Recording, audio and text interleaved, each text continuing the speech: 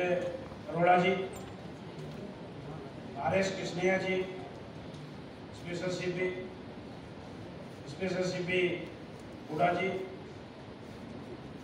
MS ji from NBCC, director Delhi police academy, all senior officers, recruits, PSIs under training, staff of academy, press persons और सभी उपस्थित लोग।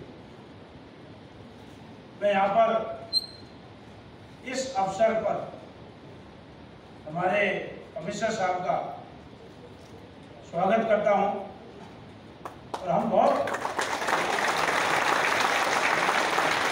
क्योंकि झाड़ोदा कला काफ़ी दूर है पुलिस हेडक्वार्टर से और अपने व्यस्त जो शेड्यूल होता है, बिजी शेड्यूल में भी टाइम निकाल के यहाँ पे आए और एक नई बिल्डिंग्स को इनोवेट किया।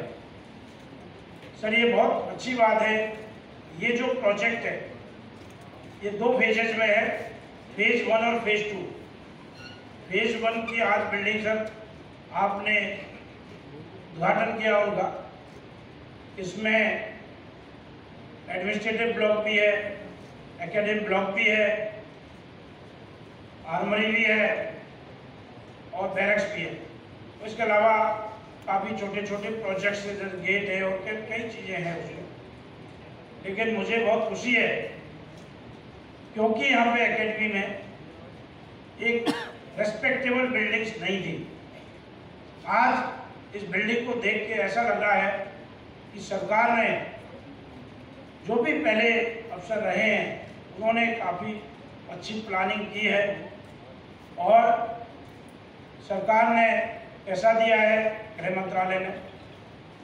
वैसे तो सर फेज 2 भी इन प्रिंसिपल अप्रूव्ड है, उसकी परमिशन भी है MCD वगैरह से जो कंसर्न है।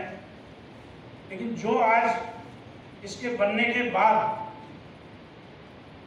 इतना अच्छा होगा कि जो ट्रेनिंग लोग पहले यहाँ टेंट में रहा करते थे, अब कोटा केबिन की स्ट्रक्चर बना रखी है, टेम्परेरी स्ट्रक्चर्स में कई जगह काम कर रहा है। ये अब इसी तरह की जब बिल्डिंग बनेगी तो एक अच्छा वातावरण होगा, बैठने की सुविधा होगी, पढ़ाने की सुविधा होगी और कई ऑनलाइन कोर्सेज है उनके भी होगी और मॉडर्न इक्विपमेंट्स जो हैं इस बिल्डिंग्स में लग जाएंगे। सर, इसमें बिल्डिंग को इसको बहुत इमीडिएट यूज करेंगे। एडमिनिस्ट्रेटिव ब्लॉक में इमीडिएट शिफ्टिंग हो जाएगी और ऑफिसर्स उसमें काम करना शुरू कर देंगे। बाकी जैसे कि आपसे सर डिस्कस हुआ था, इससे मदद लो। मेरे तो समझ में नहीं आ रहा है इसको चोर को कहाँ ढूंढूं, सड़क पे तो कुछ भी नहीं है।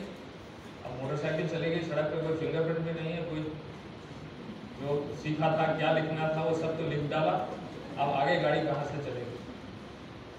तो वो जो मेरे साथ हेड कांस्टेबल थे उन्होंने मेरी मुसीबत समझी, पास की दुकान से मुझे एक चाय पिलाई। ऐसे कुछ नहीं करना है, आप चलिए वापस पुलिस स्टेशन चलते हैं, फिर बात करते हैं। फिर वहाँ से हम दोनों मोटरसाइकिल पे बैठ के वापस पुलिस स्टेशन आए। उन दिनों CCTV का ज़माना नहीं था, मोबाइल फ़ोन का ज़माना नहीं था कि CCTV में देखें कि कौन उठा के ले जा रहा है, CCTV में क्या चेहरे आ जाएं, ये सारी चीज़ें नहीं थी उन दिनों में। उसके बाद उन्होंने, वो हेड कांस्टेबल थे, वो मेरे गुरुजी बने। उन्होंने मुझे सिखाया कि कहाँ से हमने क्रिमिनल्स की लिस्ट बनाई, अगल बगल के पुलिस स्टेशन में पिछले 3 दिन में क्या क्या मोटरसाइकिल चोरी हुई है, उसमें वो लोग किसको सस्पेक्ट कर रहे हैं।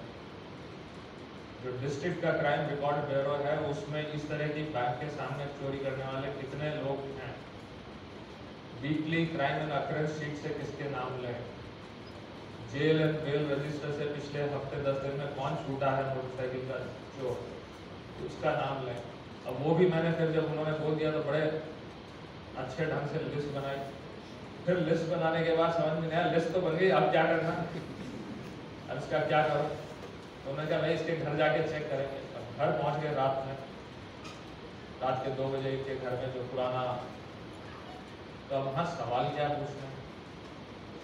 और वो सवाल का जवाब देगा कि भाई मैं तो नहीं की, या उसके परिवार वाले कहेंगे नहीं वो तो बड़ा शरीफ जिंदगी बिता रहा है, तो फिर कहाँ जाएंगे? बात वहाँ तक गई। तो उनसे सवाल क्या पूछने हैं, उन सवालों के जवाब से ये कैसे कंफर्म होगा कि भाई ये आजकल दोबारा चोरी कर रहा है कि नहीं कर रहा है? फिर उन्होंने वो सिखाया। मेरे कहने का मतलब ये है कि अभी आपने यहाँ पे बहुत कुछ सीखा, वो बहुत ज़रूरी है, लेकिन यहाँ से जैसे ही बाहर निकलेंगे आप, तो जो सामने आएगा सबको आपने गुरुजी मानना।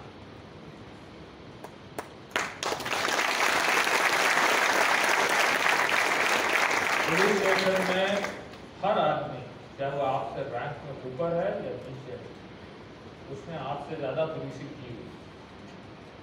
हर छोटी चीज़, अगर आपने अपनी रैंक दिखाई कि भाई मैं तो सब इंस्पेक्टर हूँ, तो कुछ आगे ग्रोथ नहीं होगी। हर कांस्टेबल आपके लिए बहुत इम्पोर्टेंट है जीवन में आगे बढ़ने।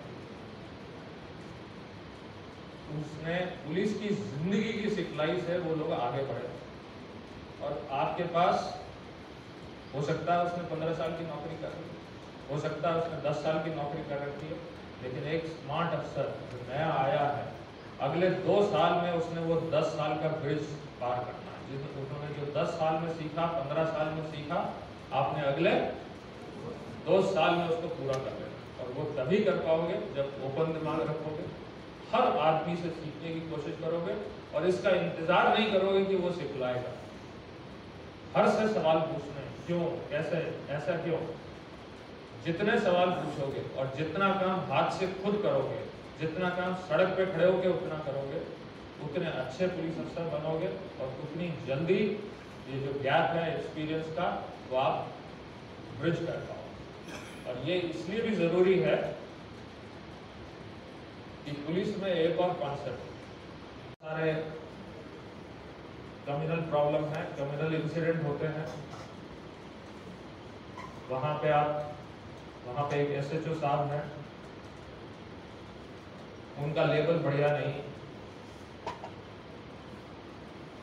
लेकिन उन्होंने उस साल उस पोस्टिंग में बड़ी मेहनत की, बहुत अच्छा काम किया। लेवल अच्छा नहीं था, लेकिन फिर भी मेहनत बहुत की। और एक कम्युनल प्रॉब्लम हुई, एक रायट हुआ, और उसमें 2 लोग मारे गए। तो पुलिस हेडक्वार्टर क्या बोलता है, अच्छा वो वाले लेवल वाला आदमी, वो अफसर, तो और उम्मीद ही क्या की जा सकती है, वो वहां है इसलिए तो 2 मर्डर हो गए। चाहे उन्होंने इतनी मेहनत की कि 5 होने थे, उनकी वजह से रुक के सिर्फ 2 ही हुए, लेकिन वो लेवल की वजह से, पुराना जो लेवल चला आ रहा है उसकी वजह से सोच क्या बनेगी, उससे उम्मीद ही क्या की जा सकती। उसके रहते तो ये होना ही था। एक दूसरा अफसर जिसका लेवल बहुत अच्छा है, उसने उस साल जरा किसी भी कारण से उतनी मेहनत नहीं की, उतना अलर्ट नहीं था, और फिर वही 2 मर्डर हुए। तो पुलिस हेडक्वार्टर क्या बोलेगा, अच्छा 2 हो गए, चलो वो था, किस्मत हम लोगों की अच्छी थी कि वो था कि 2 पे रुक गया, नहीं तो कोई और होता तो 3-4 होता। समझ रहे? सारी दुनिया जो है परसेप्शन पे चलती है, सोच पे चलती है। तो आपने अपने बारे में पहले 3-4 साल में क्या सोच पूरी दिल्ली पुलिस में बना लेनी है, वो बहुत इंपॉर्टेंट है।